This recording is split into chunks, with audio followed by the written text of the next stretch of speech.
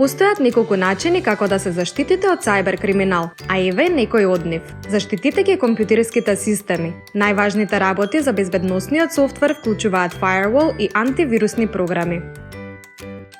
Користете силни лозинки. Силните лозинки имаат 8 или повеќе карактери, комбинација на големи и мали букви, броеви и символи. Чувајте ги лозинките на безбедно место и не користите ја истата лозинка за секоја услуга и сметка. Кога користите јавен Wi-Fi на места како аеродром, кафулиња или шопинг молови, никогаш не вршете плаќања преку интернет, не испраќајте доверливи информации или не внесувајте лозинки за сметки. Сајбер-криминалците создаваат мрежи кои изгледаат како бесплатен интернет, но им овозможуваат пристап до вашите податоци. Заштитите ги личните информации на социјалните мрежи. Прегледувајте ги вашите сметки. Редовно проверувајте ги вашите кредитни картички и банкарски сметки за да се осигурате дека нема неовластени трошоци. Како да се заштитите од методот фишинг? Проверете ја целата финансиска комуникација. Фишинг е процес каде измамниците испраќаат e-пошта во која се представуваат како банка и ве замолуваат да ги ажурирате или потврдите информациите за вашата сметка. Обрнете внимание на имејлот од кој што е добиена електронската пошта. Обично се разликуваат во една буква од вистинското име или имејл на банката или друга институција со која што имате воспоставено деловен однос. Погледнете го текстот во електронската пошта и видете дали постојат печатни грешки. Институциите пред да испратат официјална порака до клиентите задолжително обрнуваат внимание на точноста на текстот.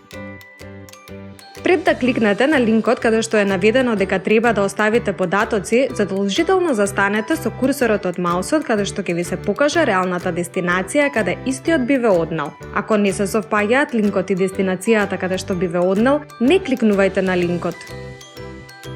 Како компаниите може да се заштитат од фишинг нападите? Едуцирајте ги вработените и спроведете обуки. Поставете филтер спам што открива вируси како Blank Senders и така натаму. Одржувајте ги сите системи во тек со најновите безбедносни ажурирања.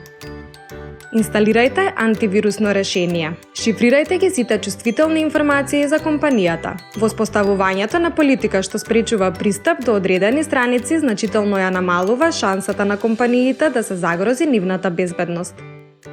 Потребно е само еден вработен да се фати на мамката.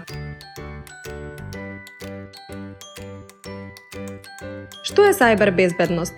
Сајбер безбедност значи обезбедување на сајбер просторот од различни форми на закани, како злонамерни софтвери или софистицирани вируси кои можат да му наштетат дури на целиот општествен систем. Една од причините за широко распространети успешни сајбер напади е непочитувањето на така наречената сајбер хигиена.